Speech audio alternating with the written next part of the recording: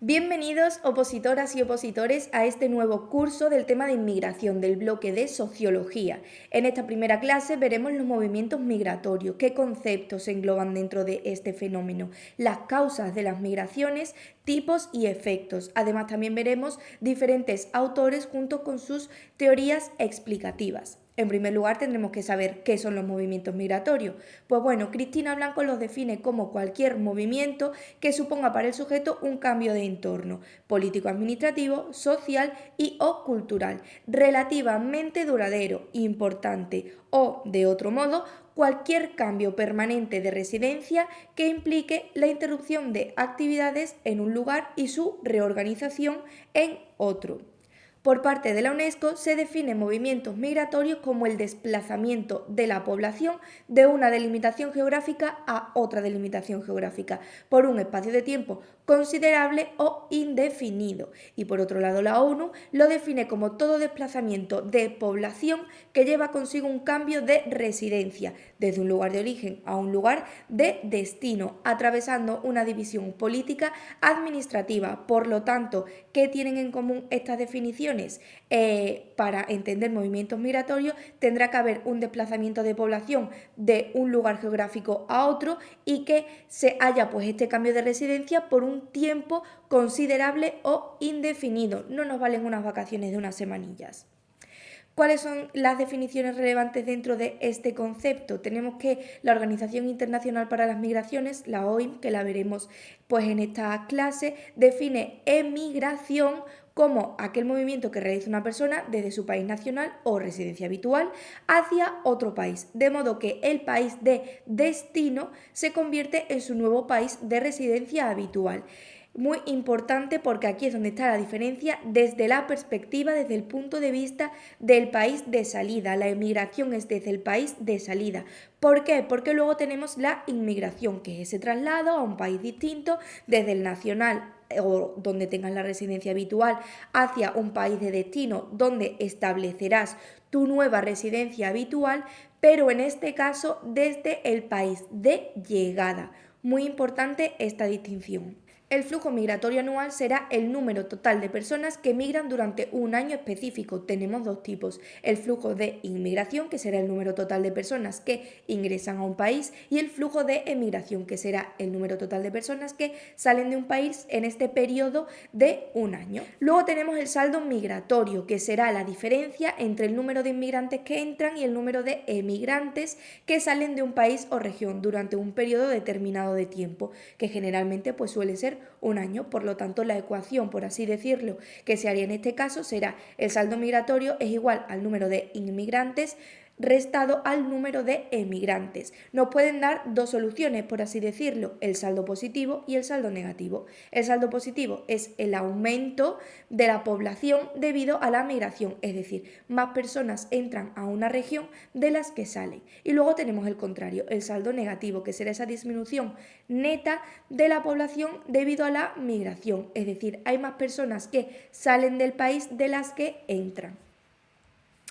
Luego tenemos aquí estas definiciones que alguna que otra vez han caído en el examen, ya veremos más a continuación, el síndrome de Ulises, que también se conoce como síndrome del inmigrante con estrés crónico y múltiple. Es un malestar emocional, una situación de estrés que viven las personas inmigrantes del siglo XXI que han tenido que dejar atrás su país y su residencia habitual debido pues a circunstancias extremas. Luego tenemos la fuga de cerebros o brain drain, que es esa proporción de personas con un alto nivel educativo o habilidades especializadas que emigran de un país para buscar mejores oportunidades. Por lo tanto, se puede decir que es la tasa de emigración de profesionales. Por otro lado, el índice de entrada o la tasa de inmigración es ese número de inmigrantes que ingresan a un país o a una región, en relación con la población total y que es expresada cada 1000 habitantes. Por otro lado, si tenemos un índice de entrada, tendremos un índice de salida, que medirá el número de emigrantes que salen de un país o región en relación con la población total y expresado cada 1000 habitantes, que se le conoce como tasa de emigración.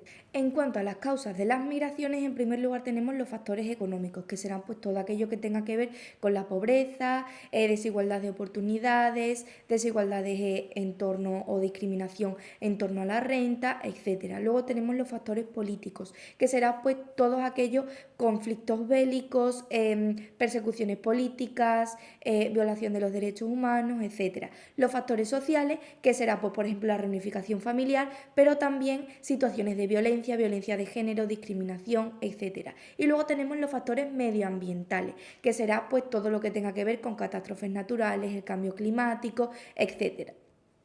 ¿Cuáles son los tipos de migraciones? Primeramente tenemos las internas, que serán aquellas que se producen dentro de un mismo país. Luego tenemos las externas, que será pues ese cambio de residencia habitual de un país a otro. Las permanentes y temporales, pues que van a depender de la duración temporal de el propio traslado. Y luego tenemos las voluntarias, que serán aquellas motivadas por una decisión personal, pues porque se quiere cambiar de trabajo, se quiere probar a vivir en otro país, etc. Y luego tenemos las forzadas, que serán aquellas provocadas, por así decirlo, por cualquier tipo de catástrofe natural, conflicto pues en el país, etcétera.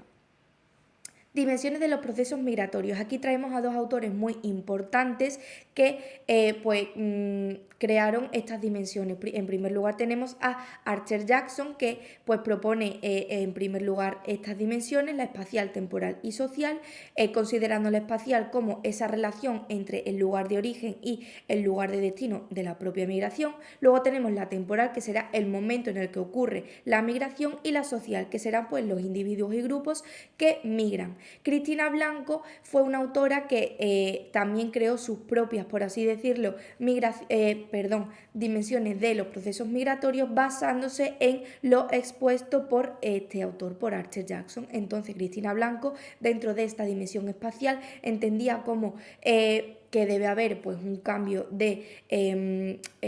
geográfico. Luego en la temporal entendía que la movilidad tiene que ser duradera en el tiempo. Al final sí que difiere un poco lo que dijo Archer Jackson de Cristina Blanco. Y luego tenemos el social, la dimensión social, que es un cambio significativo en el entorno. ¿Cuáles son los modelos de inmigración? En primer lugar tenemos el modelo clásico, que es pues estas políticas de inmigración relativamente abiertas que fomentan la entrada de las personas migrantes, por ejemplo Canadá o Australia. Luego tenemos el modelo colonial, también conocido como el Commonwealth, que se basa en las relaciones históricas entre el país colonizador y las antiguas colonias. El Reino Unido es el más conocido. Tenemos que permitió la entrada de ciudadanos de países miembros de esta Commonwealth después de la Segunda Guerra Mundial. Y luego tenemos el modelo de el trabajador invitado o Gastarbeiter, malamente dicho probablemente, que es este modelo que permite la entrada de personas migrantes, de inmigrantes en el país temporalmente para solventar las demandas del mercado. Esto se dio sobre todo en Alemania, del traslado de inmigrantes para pues solventar estos problemas que tenían, pues, por ejemplo, a nivel de construcción, etcétera. En cuanto a las teorías explicativas, en primer lugar tenemos a Ravenstein, que seguro que os suena muchísimo, porque elaboró las 12 leyes de Ravenstein. En primer lugar, la primera de estas leyes es que los movimientos migratorios se producen debido a disparidades y problemas económicos. Además, considera que la mayoría de las migraciones se producen a una corta distancia, son de corta distancia, mientras que aquellas migraciones de larga distancia, la población migrante y las personas migrantes suelen desplazarse a grandes centros del comercio. Además, las migraciones se producen de forma escalonada. 5. Los procesos de dispersión suelen ser inversos a los de absorción.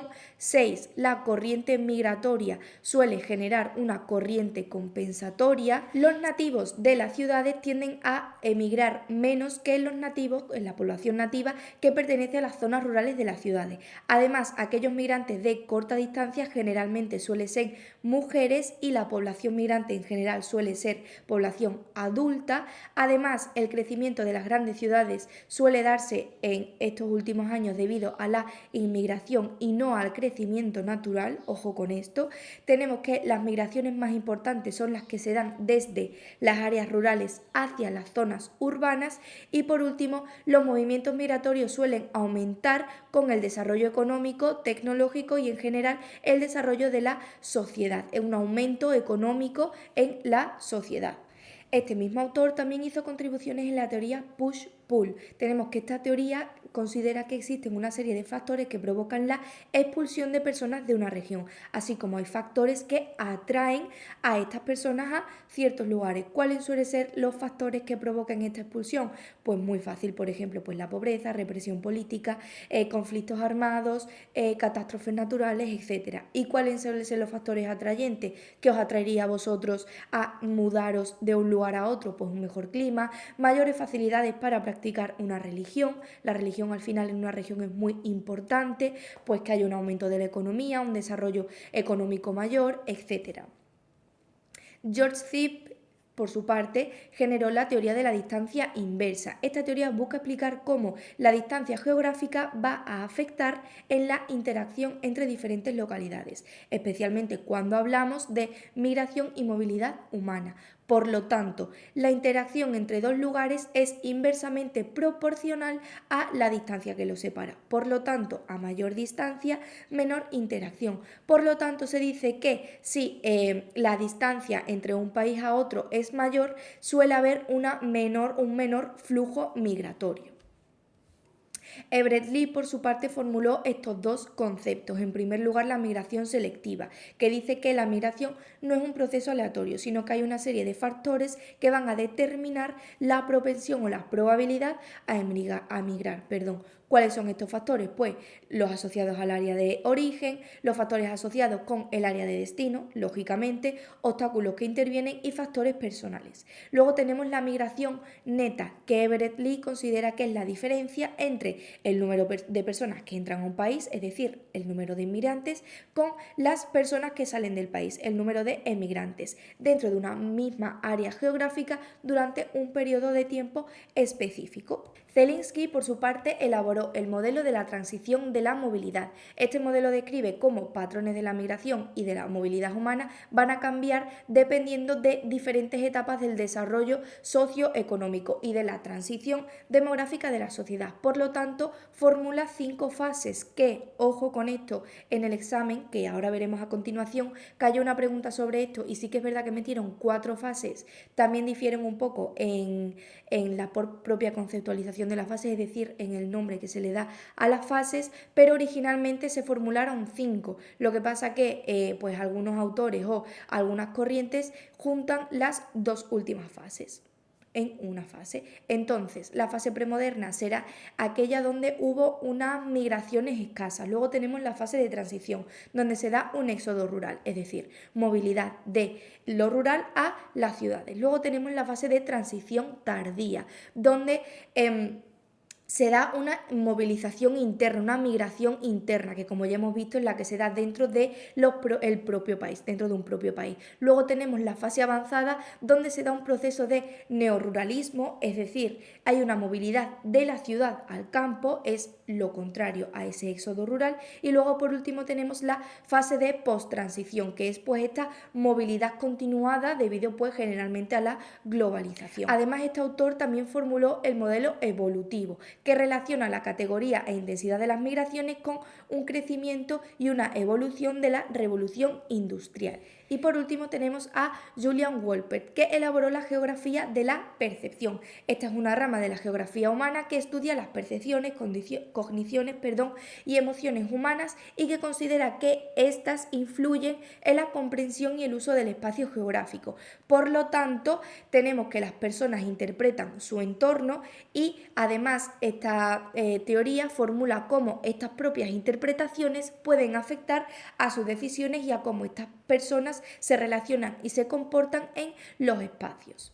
Y ya pasamos a las preguntas oficiales. La primera de ellas de la promoción 33, que nos preguntan ¿cómo se conoce el modelo explicativo migratorio de mayor impacto en la comunidad científica y que desarrolló Ravenstein? Hemos dicho que Ravenstein, o hemos visto, dos teorías principales. Las 12 leyes y la ley push and pull. Aquí solo tenemos la de push and pull, por lo tanto es la opción Charlie. De la promoción 35 nos preguntan, en relación con los movimientos migratorios, Zelinsky propuso un modelo de interpretación de la evolución de los movimientos de población según el cual se atravesarían 4 fases relacionadas con el propio modelo de transición demográfica. Lo que os he comentado, que en el examen sí que pusieron 4 fases en lugar de 5. Tenemos la fase inicial, fase propia de las sociedades que inician su transición, fase propia de sociedades que están concluyendo su transición y las post-transicional, Bravo, fase inicial, transicional, fase post-transicional y la fase final, y luego Charlie, la transicional, propia de las sociedades que inician su transición, propia de las sociedades que están concluyendo su transición y la fase final. Pues la respuesta correcta es alfa, la fase inicial, la propia de las sociedades que inician su transición, ese éxodo rural que hemos visto, la fase propia de las sociedades que concluyen con su transición, que podía ser pues esta fase de neoruralismo, por así decirlo, y la post-transicional que tenemos, que es esta movilidad continua que ya hemos visto. De la promoción 36 nos dicen el síndrome de estrés crónico y múltiple es un fuerte malestar emocional que viven las personas inmigrantes del siglo XXI que han tenido que dejar atrás pues, el mundo que conocían en situaciones extremas. ¿Con qué otro nombre se les conoce? También lo hemos visto, alfa, síndrome de Ulises, Bravo, síndrome de Usher o Charlie, síndrome de Turner. Hemos dicho que este síndrome, por así decirlo, que genera un estrés crónico y al final un malestar a las personas migrantes, es el síndrome de Ulises.